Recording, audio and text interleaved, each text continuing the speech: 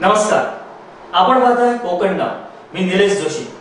कोकण नावच्या विशेष बातमीपत्रात आपलं स्वागत. जिल्ह्याच्या सर्वांगीण विकासासाठी जिल्हा परिषद आणि पंचायत समितीच्या कारभाराच्या चाव्या भाजपच्या हाती द्या असं आवाहन राज्याचे मुख्यमंत्री देवेंद्र फडणवीस यांनी केले. फडणवीस यांची जाहीर प्रचार सभा केंद्रीय रेल्वे मंत्री सुरेश प्रभू, राज्यमंत्री रवींद्र चव्हाण, जिल्हाध्यक्ष प्रमोद जठार आणि पदाधिकाऱ्यांच्या उपस्थितीत बुधवारी कुडाळला झाली. या सभेत मुख्यमंत्र्यांनी भाजपच्या उमेदवारांना विजयी करण्याचं आवाहन केलं. मुख्यमंत्र्यांचं संपूर्ण भाषण आम्ही खास कोकण नावच्या प्रेक्षकांसाठी दाखवतोय. पाहूया काय म्हणाले मुख्यमंत्री देवेंद्र फडणवीस. हिंदवी स्वराज्याचे सरसंस्थापक छत्रपती शिवाजी महाराज यांना मानाचा मुजरा करतो. भारतरत्न डॉक्टर बाबासाहेब आंबेडकर यांना मानवंदना देतो. आजच्या या अतिविशाल अशा सभेमध्ये मंचावर उपस्थित देशाचे रेल्वे मंत्री, कोकणाचे सुपुत्र आणि खऱ्या अर्थानं जे देशाच्या रेल्वेमध्ये नवीन इतिहास घडवत आहेत असे सन्माननीय सुरेश प्रभूजी, माझे सहकारी राज्यमंत्री रवींद्र चव्हाणजी, माजी आमदार प्रमोद जठारजी, राजन तेलीजी, अतुल काळशेकरजी, संदेश पारकरजी, स्नेहाताई कुबल, काका कुडाळकर, शरद चव्हाणजी, अतुल रावराणे, या ठिकाणी उपस्थित माजी आमदार पुष्पसेन सावंत, त्याचप्रमाणे मंचावर उपस्थित भारतीय जनता पक्षाचे सर्व पदाधिकारी आणि उपस्थित सर्व भगिनी आणि बंधूंनो, 21 तारखेला आपल्या जिल्हा परिषदेच्या निवडणुका होणार आहेत आणि या निवडणुकाच्या निमित्ताने आपल्याला मतदान करायचं आहे. बंधू भगिनींनो, मतदान ज्यावेळेस आपण करतो त्यावेळी 5 वर्षाकरता आपण आपल्या आशा, आकांक्षा, अपेक्षा या कोणाच्या तरी हातामध्ये देत असतो. 5 वर्षाकरता आपण आपल्या विकासाची सूत्र ही कोणाच्या तरी हातात देत असतो. 5 वर्षाकरता कोणाला तरी लोकशाहीच्या रूपानं आपल्यावर राज्य करण्याकरता स्वीकारत असतो. आणि 5 वर्षामध्ये या ठिकाणी ज्याला आपण निवडून दिलं त्यांनी जर आपल्या आशा, आकांक्षा, अपेक्षा पूर्ण केल्या नाहीत तर पुन्हा आपल्याला या ठिकाणी एक संधी मिळत असते. पण मी आपल्याला एवढीच विनंती करण्याकरता आलो आहे, मतदान करताना काय विचार केला पाहिजे लक्षात घ्या. मतदान जे आहे, जेव्हा आपण मतदान करतो त्यावेळी कुठल्या तरी पक्षाला आपण आपली मतरूपी ठेव देतो. कुठल्या तरी बँकेमध्ये ज्याप्रमाणे आपण ठेव ठेवली, चांगल्या बँकेत ठेव ठेवली तर आपल्याला चांगला इंटरेस्ट मिळतो, आपली ठेव दुप्पट होते, तिप्पट होते. चुकीच्या बँकेमध्ये ठेव ठेवली तर आपली ठेव त्या ठिकाणी त्याचं काही देखील होऊ शकतं. मताचं देखील असंच आहे. जर मत हे चांगल्या बँकेमध्ये आपण दिलं ठेवीच्या रूपीनं तर आपल्याला त्या ठिकाणी इंटरेस्टच्या माध्यमातून म्हणजे विकासाच्या माध्यमातून त्या ठिकाणी आपल्याला इंटरेस्ट मिळतो. आणि चुकीच्या बँकेमध्ये ठेवली तर आपल्या 5 वर्षाची बर्बादी होते. मग आता कुठल्या बँकेमध्ये ठेवली पाहिजे? एकीकडे आमची बँक आहे, ज्या बँकेचा चेहरा फार सुंदर नसेल, फार मोठी पाटी, चमचमीत अक्षर, बडे जाव हा त्या ठिकाणी नसेल, पण ही बँक ही मोदींची बँक आहे, ही सुरेश प्रभूंची बँक आहे, ही देवेंद्र फडणवीसची बँक आहे, रवींद्र चव्हाणची बँक आहे, ही प्रमोद जठारची बँक आहे. या बँकेमध्ये तुम्ही तुमच्या मताची ठेव ठेवली तर 5 वर्षामध्ये 5 पट विकासाचं व्याज देऊन तुमची ठेव तुम्हाला परत करू. आणि दुसरीकडे बँक आहे राहुल गांधींची, नारायणराव राणेंची. बँक चमचमीत आहे, सुंदर बोर्ड लागलाय, पण त्या बोर्डाकडे जाऊन भूलू नका.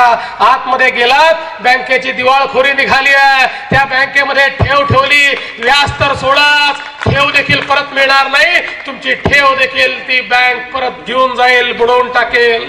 आणि म्हणून मी तुम्हाला ही विनंती करण्याकरता आलो आहे. आता सुरेश प्रभू साहेबांनी आपल्याला सांगितलं, देश बदलतोय, राज्य बदलतंय, आपला जिल्हा देखील बदलला पाहिजे. खरं म्हणजे गेल्या 2-2.25 वर्षामध्ये महाराष्ट्राच्या कानाकोपऱ्यामध्ये मी फिरतोय आणि फिरत असताना माझ्या लक्षात येतं आज 70 वर्ष स्वातंत्र्याला झाले महाराष्ट्राच्या निर्मितीला देखील आज इतकी वर्ष निघून गेली, पण इतक्या 50-60 वर्षानंतर या महाराष्ट्राच्या ग्रामीण भागात गेलं तर आजही प्रश्न तेच आहे. आजही प्रश्न अन्न वस्त्र निवाऱ्याचे आहेत, आजही प्रश्न शिक्षण आरोग्य रोजगाराचे आहेत, आजही प्रश्न गरिबी निर्मूलनाचे आहेत, आजही प्रश्न शेतकऱ्यांचे आहेत, शेतमजुरांचे आहेत. 50 वर्ष ज्यांनी या महाराष्ट्रामध्ये शासन चालवलं, मंत्री राहिले, मुख्यमंत्री झाले, पण दुर्दैवाने या महाराष्ट्राची अवस्था अशी आहे, ते मोठे होत गेले, त्यांचे इमले, त्यांचे बंगले, त्यांचे उद्योग मोठे होत गेले, पण सामान्य माणूस आहे तिथेच राहिला, त्याच्या पदरी मात्र काहीच पडलं नाही. 50 वर्षात त्यांचा विकास झाला, पण सामान्य माणसाचा विकास या ठिकाणी होऊ शकला नाही. आणि म्हणून मोदीजींच्या नेतृत्वात काम करत असताना आम्ही ठरवलं की या ठिकाणी काम करत असताना मोठ्या मोठ्या गोष्टी करायच्या नाहीत. या ठिकाणी ज्या मूलभूत सोयी आहेत त्या प्रत्येक व्यक्तीपर्यंत पोहोचल्या पाहिजे हा प्रयत्न करायचा. अन्न वस्त्र निवारा असेल, शिक्षण आरोग्य रोजगार असेल, गरिबीचं निर्मूलन असेल, याकरता आपल्या सरकारनं काम करायचं ठरवलं. या ठिकाणी मला सांगितलं पाहिजे, या सिंधुदुर्ग जिल्ह्यामध्ये खरं म्हणजे इतकी वर्ष राणे साहेबांनी नेतृत्व केलं, अनेकांनी त्या ठिकाणी नेतृत्व केलं, पण दुर्दैवाने मगाशी प्रमोद जठार सांगत होते ते खरं आहे, त्यांनी सुरू केलेला एकही प्रकल्प कधीच पूर्ण केला नाही. प्रकल्प सुरू करायचा पण तो कधीच पूर्ण करायचा नाही. कदाचित नियतीच्या हातामध्ये हे लिहिलं होतं की त्यांच्या हातून प्रकल्प पूर्ण होणार नव्हते, ते आपल्या हातून पूर्ण होणार होते. आणि म्हणून आज आपल्याला ही जबाबदारी दिली, या जिल्ह्याचा कायापालट झाला पाहिजे, ही जबाबदारी आपण हातामध्ये घेतली आहे. आज या सिंधुदुर्गामध्ये खरं म्हणजे कोकणाचा हा सगळा पट्टा आहे, पावसाची कुठलीही कमतरता नाही आहे, पण अशाही परिस्थितीमध्ये शेतकऱ्याला सिंचन या ठिकाणी मिळत नाही. अशाही परिस्थितीमध्ये या ठिकाणी पाण्याचा संचय होत नाही. अशाही परिस्थितीमध्ये सगळं पाणी वाहून जातं आणि पाण्याकरता आम्हाला या ठिकाणी वाट पाहावी लागते. अशा प्रकारची अवस्था या सिंधुदुर्ग सारख्या जिल्ह्यामध्ये आपल्याला पाहायला मिळते. आणि म्हणून या ठिकाणी जलसंधारणाच्या माध्यमातून जिल्हा हा जलस्वयंपूर्ण आहे, पण प्रत्येक व्यक्ती जलस्वयंपूर्ण झाला पाहिजे याकरता आपण प्रयत्न सुरू केला. आपले राजेंद्र सिंग राणाजी जे वॉटरमॅन आहेत, त्यांच्या नेतृत्वामध्ये 5 नद्यांचं पुनरुज्जीवन करायचं आम्ही ठरवलं. जानवली असेल, जगबुडी असेल, अर्जुना असेल, गंधारी असेल, या नद्यांचा या ठिकाणी 229 कोटी रुपयाचा आराखडा तयार केला. 20 कोटी रुपये त्याला दिले आणि येत्या 3 ते 4 वर्षामध्ये या नद्यांचा संपूर्ण त्या ठिकाणी कायापालट करून या नद्या अविरत वाहतील, या निर्मल वाहतील आणि या नद्यांच्या किनाऱ्यावर असलेली सगळी जी गावं आहेत, तिथले जे शेतकरी आहे, तिथली जी शेती आहे, त्याला शाश्वत विकास मिळेल. याकरता आपण या व्यवस्था या ठिकाणी उभ्या केल्या. आमच्या शेतकऱ्याच्या जीवनामध्ये परिवर्तन झालं पाहिजे याकरता वेगवेगळे प्रकल्प या ठिकाणी आणण्याचा प्रयत्न आम्ही केला. आंब्यावर प्रक्रिया झाली पाहिजे याकरता आम्ही प्रकल्प आणण्याचा प्रयत्न सुरू केला. आज या ठिकाणी वेगवेगळ्या प्रकल्प उद्योगाच्या माध्यमातून खऱ्या अर्थानं इथला विकास कसा होऊ शकेल याचा प्रयत्न आपण सुरू केला. पण यात सगळ्यात महत्वाचं आहे पर्यटन. खरं म्हणजे पर्यटनाच्या दृष्टीनं या जिल्ह्यासारखा सुंदर जिल्हा नाही आहे. हा आपण पर्यटन जिल्हा म्हणून घोषित केला, पण पर्यटन जिल्हा म्हणून घोषित करून देखील आपण बघितलं गेल्या 15 वर्षामध्ये एकही प्रकल्प या ठिकाणी पूर्ण होऊ शकला नाही. पर्यटनाला काय हवं असतं? त्याला उत्तम रस्ते हवे असतात, त्याला रेल्वेची कनेक्टिव्हिटी हवी असते, त्याला एअरपोर्ट हवा असतो. यातली कुठलीच गोष्ट गेलं सरकार देऊ शकलं नाही. पण मी आभार मानेन माननीय गडकरी साहेबांचे. गडकरी साहेबांनी या ठिकाणी मुंबई गोवा जो आपला हायवे आहे त्याला मोठ्या प्रमाणात निधी दिला, त्याचं वेगानं काम सुरू केलं आणि आता 2 ते 3 वर्षामध्ये ज्यावेळी हे काम पूर्ण होईल, खऱ्या अर्थानं या जिल्ह्याची जी कनेक्टिव्हिटी आहे ती कनेक्टिव्हिटी इतकी सुंदर होईल की या ठिकाणी मुंबईमध्ये आलेला प्रत्येक व्यक्ती हा सिंधुदुर्गमध्ये पर्यटनाच्या दृष्टीनं या ठिकाणी येईल. मी दुसरे आभार मानेन या ठिकाणी सुरेश प्रभूजींचे. ते तर कोकणाचे सुपुत्रच आहेत, त्यामुळे या कोकणामध्ये मोठं रेल्वेचं जाळं ते तयार करतात. या ठिकाणी कोकणाची कनेक्टिव्हिटी, पश्चिम महाराष्ट्राशी कोकणाची कनेक्टिव्हिटी, कर्नाटकशी कोकणाची कनेक्टिव्हिटी, गोव्याशी कोकणाची कनेक्टिव्हिटी, मुंबईशी, या प्रत्येक कनेक्टिव्हिटी मध्ये त्यांनी जे या ठिकाणी काम केलं आहे, खरं म्हणजे एक काम करणारा माणूस मंत्री झाला तर काय होऊ शकतं आपल्याला आश्चर्य वाटेल. 2च वर्षामध्ये आपल्या महाराष्ट्रामध्ये सुरेश प्रभूजींच्या नेतृत्वात जी रेल्वेची कामं सुरू झाली आहेत, मुंबईची कामासहित जर आपण कामाची किंमत पकडली तर 2च वर्षामध्ये 75,000 कोटी रुपयाची कामं या महाराष्ट्रामध्ये सुरू झाली आहे. हा रेकॉर्ड आहे. आपण रेल्वेचं बजेट काढून बघा.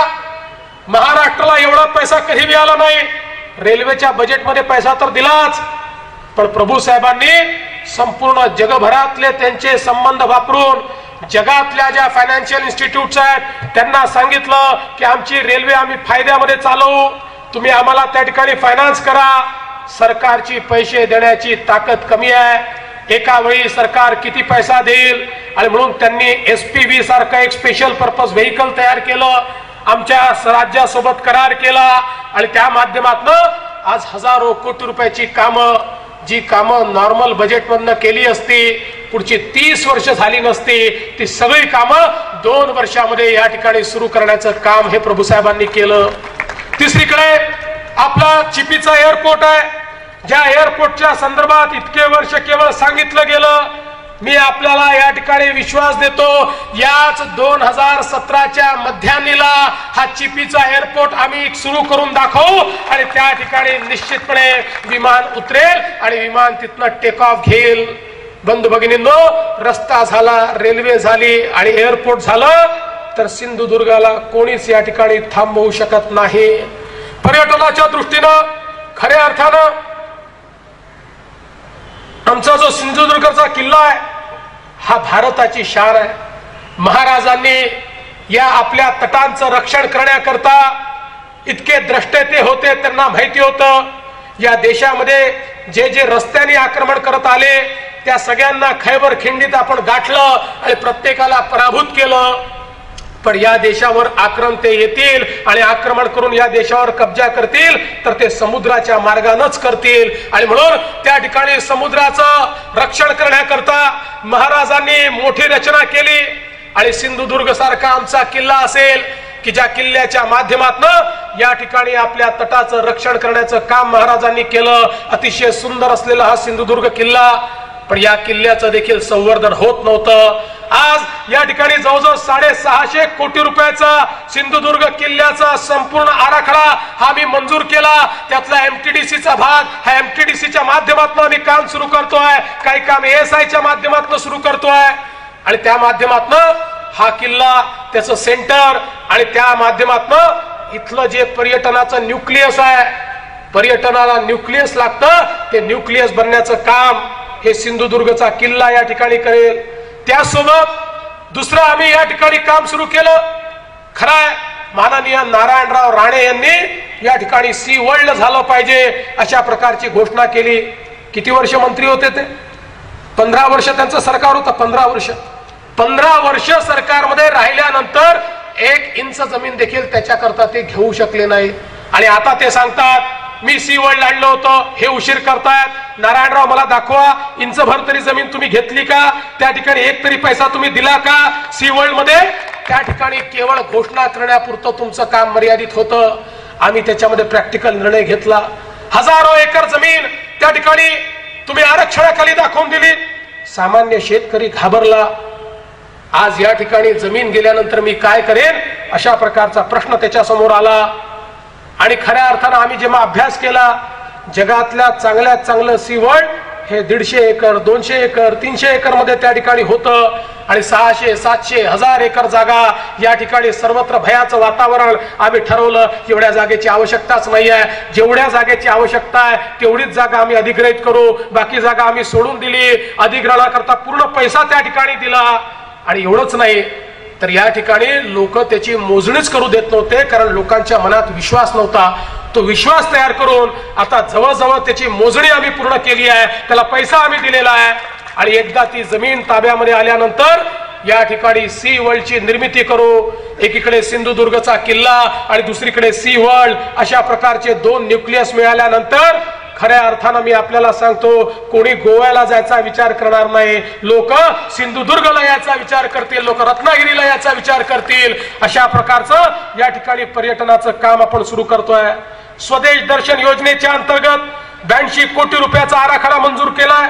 चांदा ते बांधाच्या अंतर्गत 34 कोटी रुपयाचा आराखडा या ठिकाणी मंजूर केलाय. कुणकेश्वर इथे एमटीडीसीचं रिसॉर्ट सुरू झालेलं आहे. मिडबाव इथे जवळजवळ डिसेंबरमध्ये आपलं रिसॉर्ट सुरू होत आहे. आणि एवढंच नाही तर पहिलं 5 स्टार हॉटेल या सिंधुदुर्गमध्ये जे ताज ग्रुप या ठिकाणी टाकणार होतं 20 वर्षापासून प्रस्ताव प्रलंबित होता. जागेच्या संदर्भात त्यांना 20 वर्षापूर्वी जागा देतो म्हणून आपण सांगितलं, पण ती देऊ शकलो नसतो. त्यातल्या सगळे प्रॉब्लेम जे आहेत ते आम्ही दूर केलेले आहेत आणि आता त्यांची जागेची लीज देखील त्या ठिकाणी झाली आहे. आणि त्यामुळे पहिलं 5 स्टार हॉटेल, एक 5 स्टार हॉटेल आलं तर त्याच्या अवतीभोवती संपूर्ण पर्यटन गुंफलं जातं. 5 स्टार हॉटेल हे केवळ 5 स्टारला नाही तर छोट्या छोट्या हॉटेल्सला देखील मोठं त्या ठिकाणी पर्यटनाची संधी उपलब्ध करून देतं. आणि ते देखील या ठिकाणी करण्याकरता राज्य सरकारने मोठ्या प्रमाणात काम सुरू केलेलं आहे. बंधू भगिनींनो, खऱ्या अर्थानं इथल्या सामान्य माणसाला, आमच्या तरुणांना रोजगार मिळाला पाहिजे, त्यांना अन्न वस्त्र मिळालं पाहिजे, याकरता राज्य सरकारनं या ठिकाणी विविध प्रकारची कामं ही सुरू केलेली आहे. आणि हे करत असताना निवाऱ्याचा देखील प्रश्न आहे. आज गरीब माणसाजवळ घर नाही आहे. आपले पंतप्रधान माननीय मोदीजी असं म्हणतात 2022 सालापर्यंत प्रत्येक गरीबाला घर द्यायचं आहे. पण प्रभू साहेब, आम्ही महाराष्ट्रामध्ये ठरवलंय 2022 सालापर्यंत आम्ही थांबणार नाहीये. 2019 सालापर्यंत प्रत्येक गरीबाला घर देण्याचा निर्णय आम्ही या ठिकाणी केला आहे. प्रधानमंत्री आवास योजना ही प्रधानमंत्री आवास योजना जुन्या काँग्रेसच्या योजनेसारखी योजना नाही आहे.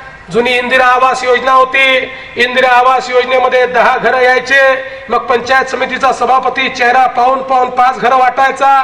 5 घरं कुठे जायची कोणाला समजायचं नाही. अशी योजना नाही आहे. माननीय मोदीजींनी सांगितलं घर देताना जात पाहू नका, धर्म पाहू नका, पंथ पाहू नका, भाषा पाहू नका, प्रत्येक गरीबाला या ठिकाणी घर द्यायचं आहे.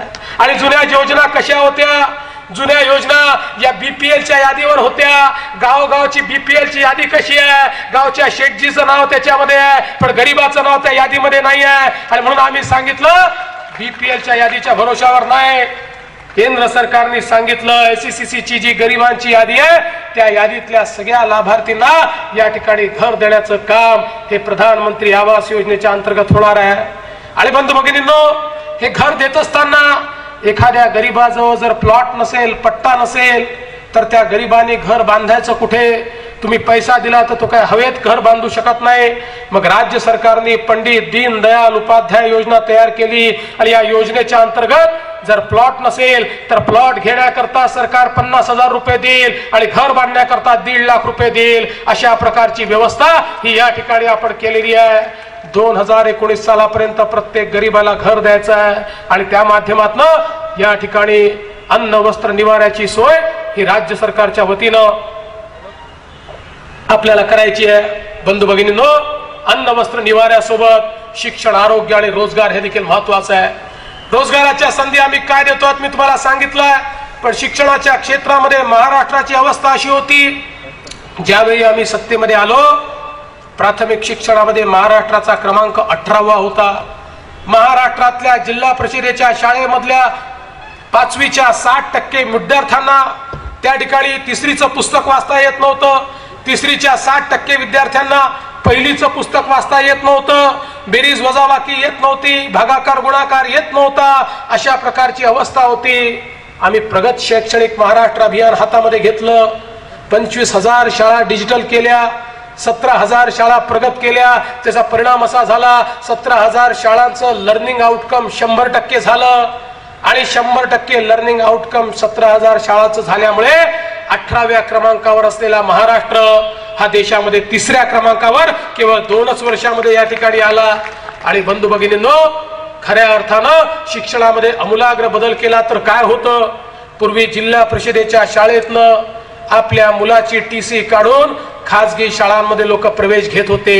मागच्या वर्षी 15-20 वर्षानंतर पहिल्यांदा 15,000 मुलांनी खासगी शाळेतनं टीसी काढली. आणि जिल्हा परिषदेच्या शाळेमध्ये प्रवेश घेतला आणि मी तुम्हाला या ठिकाणी वचन देतो, येत्या 2 वर्षामध्ये महाराष्ट्राला पहिल्या क्रमांकावर शिक्षणाच्या क्षेत्रामध्ये आणू. अरे डॉक्टर बाबासाहेब आंबेडकर म्हणायचे, शिक्षण हे वाघिणीचं दूध आहे, पण आमच्या शाळांमध्ये आम्ही शेळीचं दूध देखील पाजत नव्हतो. आता खऱ्या अर्थानं वाघिणीचं दूध हे प्रत्येक शाळेपर्यंत आम्ही पोहोचवतोय, प्रत्येक गावापर्यंत कनेक्टिव्हिटी पोहोचवतोय. आज ज्ञान जे आहे हे संकुचित नाही आहे. आज जगभराचं ज्ञान हे इंटरनेटच्या माध्यमातून प्रत्येक गावापर्यंत पोहोचू शकतं. आणि म्हणून आम्ही महानेट कार्यक्रम हातामध्ये घेतलाय आणि या महानेट कार्यक्रमाच्या अंतर्गत महाराष्ट्रातल्या 29,000 ग्रामपंचायतीपर्यंत फायबर पोहोचवून प्रत्येक गाव त्या ठिकाणी इंटरनेटने कनेक्ट आम्ही करणार आहोत. त्याच्या माध्यमातून तिथली शाळा असेल, तिथलं प्राथमिक आरोग्य केंद्र असेल, याला आम्ही कनेक्टिव्हिटी देणार आहोत. आणि या कनेक्टिव्हिटीचा परिणाम काय असतो? परवा सिस्को नावाच्या जगातल्या मोठ्या कंपनीचे CEO मुंबईमध्ये आले. ताजमध्ये त्यांचा कार्यक्रम आम्ही केला आणि ताज मधनं आम्ही याच कनेक्टिव्हिटीने थेट 808 किलोमीटर दूर एका गावातल्या शाळेमध्ये त्यांना जोडलं. आणि 808 किलोमीटर दूरच्या गावातल्या शाळेतल्या मुलीशी ज्यावेळेस त्यांनी त्या मुंबईवरनं संवाद केला आणि त्या मुलीने त्यांना उत्तर दिलं, ते एवढे आश्चर्यचकित झाले. ते म्हणाले, जर एवढं ज्ञान ग्रामीण भागामध्ये जात असेल तर मला असं वाटतं की अमेरिकेपेक्षा चांगलं काम आज भारतामध्ये सुरू आहे. अशा प्रकारचा त्या ठिकाणी भाषणामध्ये त्यांनी उल्लेख केला. एवढंच नाही तर तिथलं प्राथमिक आरोग्य केंद्र हे आम्ही जे हॉस्पिटलशी जोडलं आणि जे हॉस्पिटलशी जोडल्यानंतर या कनेक्टिव्हिटीच्या माध्यमातून जेच्या डॉक्टरांनी जे हॉस्पिटलमध्ये स्टेटस्कोप लावला आणि 808 किलोमीटर दूर बसलेला जो व्यक्ती होता त्याच्या हृदयाचे ठोके त्यांना या ठिकाणी ऐकू आले. या ठिकाणून बसून या कनेक्टिव्हिटीच्या आधारावर त्यांनी त्या रुग्णाला तपासलं, त्याला सांगितलं तुला कुठल्या ट्रीटमेंटची आवश्यकता आहे. आणि त्या माध्यमातून जर डॉक्टर ग्रामीण भागात जात नसेल तर दवाखाना डॉक्टर जिथे तिथे आम्ही जोडू. जर स्पेशालिटी केअर ही मिळत नसेल तर ज्या ठिकाणी स्पेशालिटी केअर आहे त्याच्याशी आम्ही जोडू. आणि हा कार्यक्रम आपण हातामध्ये घेतला. एक जिल्हा पूर्ण आपला स्मार्ट झालाय, आता दुसरा जिल्हा होतोय आणि 2018च्या शेवटीपर्यंत सर्व आपले जिल्हे स्मार्ट होतील. सर्व ग्रामपंचायती, सर्व शाळा, सर्व दवाखाने हे आपण त्या ठिकाणी स्मार्ट करू आणि जगभरातलं ज्ञान आणि तंत्रज्ञान हे शेवटच्या माणसापर्यंत पोहोचवण्याचं काम आपण करू. बंधू भगिनींनो, आपल्याला याची कल्पना आहे की हा जिल्हा हा देशातला स्वच्छ जिल्हा आहे आणि खऱ्या अर्थानं आपल्या सगळ्यांना या ठिकाणी मी अभिनंदन देतो की आपल्या सगळ्यांच्या मेहनतीतून हा स्वच्छ जिल्हा झालाय, हा साक्षर जिल्हा झालाय आणि आता स्वच्छ आणि साक्षर सोबत हा डिजिटल जिल्हा होईल हे देखील आपल्याला या ठिकाणी मी वचन देतो. आणि त्या डिजिटल जिल्ह्याच्या माध्यमातून रोजगाराच्या नवनवीन संधी या आपण उपलब्ध करून देऊ. अन्न वस्त्र निवारा झाला, शिक्षण रोजगार झाला, तरी या ठिकाणी आरोग्याची सेवा ही देखील महत्वाची आहे.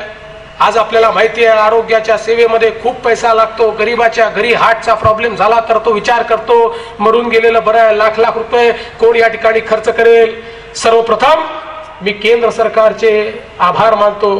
प्रभू साहेब, सगळ्यात महत्वाची गोष्ट जर आपल्या सरकारच्या नेतृत्वात आपण करू शकलो असो तर हार्ट मध्ये जी स्टेंट टाकावी लागते आज त्याची किंमत 85% आपण कमी केली. 85% गरीबाला हार्टचं ऑपरेशन परवडेल ही व्यवस्था केली. पण आपल्या राज्याने मात्र या ठिकाणी महात्मा फुले जन आरोग्य योजना तयार केली. या योजनेच्या अंतर्गत आपण ठरवलं की या ठिकाणी प्रत्येक गरीबाला मोफत उपचार द्यायचा. 1200 आजारांवर मोफत उपचार आम्ही देणार आहोत. हार्टचं ऑपरेशन असेल, किडनीचं ऑपरेशन असेल, डायलिसिस असेल, काय जे तुम्हाला लागतंय ते मोफत देण्याचं काम या महात्मा फुले जन आरोग्य योजनेच्या अंतर्गत आम्ही सुरू केलं. आणि त्या माध्यमातून गरीबाला जर ऑपरेशनची आवश्यकता असेल आमचीच ॲम्ब्युलन्स येईल, ती तुम्हाला घेऊन जाईल, ऑपरेशन करेल, तुम्हाला घरी सोडून देईल. ही व्यवस्था आम्ही उभी केली. मी तुम्हाला विनंती करतो की आपल्या गावामध्ये गरीब असेल, गरजू असेल, त्याला ऑपरेशनची आवश्यकता असेल, आपण आमच्या कुठल्याही या ठिकाणी पदाधिकाऱ्याशी संपर्क साधा. त्याचं कुठलंही ऑपरेशन हे या ठिकाणी मोफत करून देण्याची योजना ही राज्य सरकार चालवत आहे. आपली लहान लहान मुलं असतात, त्यांच्या कानाला कॉक्लिअर इम्प्लांट करावं लागतं. ते जर 6 वर्षापर्यंत केलं नाही तर ते जन्माचे बहिरे होतात. पण हे जन्माचे बहिरे होऊ नये म्हणून हे जर इम्प्लांट करायचं असेल तर 6 लाख रुपये ऑपरेशनला लागतात. हे 6 लाख रुपयाचं ऑपरेशन राज्य सरकार या छोट्या छोट्या बालकांकरता या ठिकाणी मोफत करून देत आहे. तुमच्याकडे कोणीही कॉक्लिअर इम्प्लांटचा जर त्या ठिकाणी पेशंट असेल तर राज्य सरकारशी संपर्क करा. राज्य सरकारने ती देखील योजना सुरू केलेली आहे. अन्न वस्त्र निवारा असेल, शिक्षण आरोग्य रोजगार असेल, या प्रत्येक बाबतीमध्ये राज्य सरकारने पुढाकार घेतलाय. मी आपल्याला एवढीच विनंती करण्याकरता आलो आहे. देश बदलतोय, महाराष्ट्र बदलतोय, पण देश बदलला, महाराष्ट्र बदलला, कितीही निधी आम्ही विकासाकरता दिला आणि जर तिजोरीच्या चाव्या चोरांच्याच हातामध्ये राहिल्या तर तुमच्यापर्यंत हा पैसा कधीच पोहोचू शकणार नाही. आणि म्हणून या ठिकाणी या निवडणुकीच्या निमित्ताने परिवर्तनाची मोठी संधी तुम्हाला प्राप्त झाली आहे. या संधीचा लाभ घ्या. देशामध्ये मोदीजींचं सरकार, महाराष्ट्रामध्ये त्यांच्या नेतृत्वात चालणारं आमचं सरकार आणि आता सिंधुदुर्ग मध्ये देखील भाजपचं सरकार आणण्याकरता आपण मतदान करा. तुम्ही आम्हाला जिल्हा परिषद द्या, तुम्ही आम्हाला पंचायत समिती द्या, आम्ही तुम्हाला विकास देऊ, आम्ही तुम्हाला रोजगार देऊ, आम्ही तुम्हाला समृद्धी देऊ. एवढीच विनंती या निमित्ताने करतो आणि माझं बोलणं संपवतो. जय हिंद, जय महाराष्ट्र.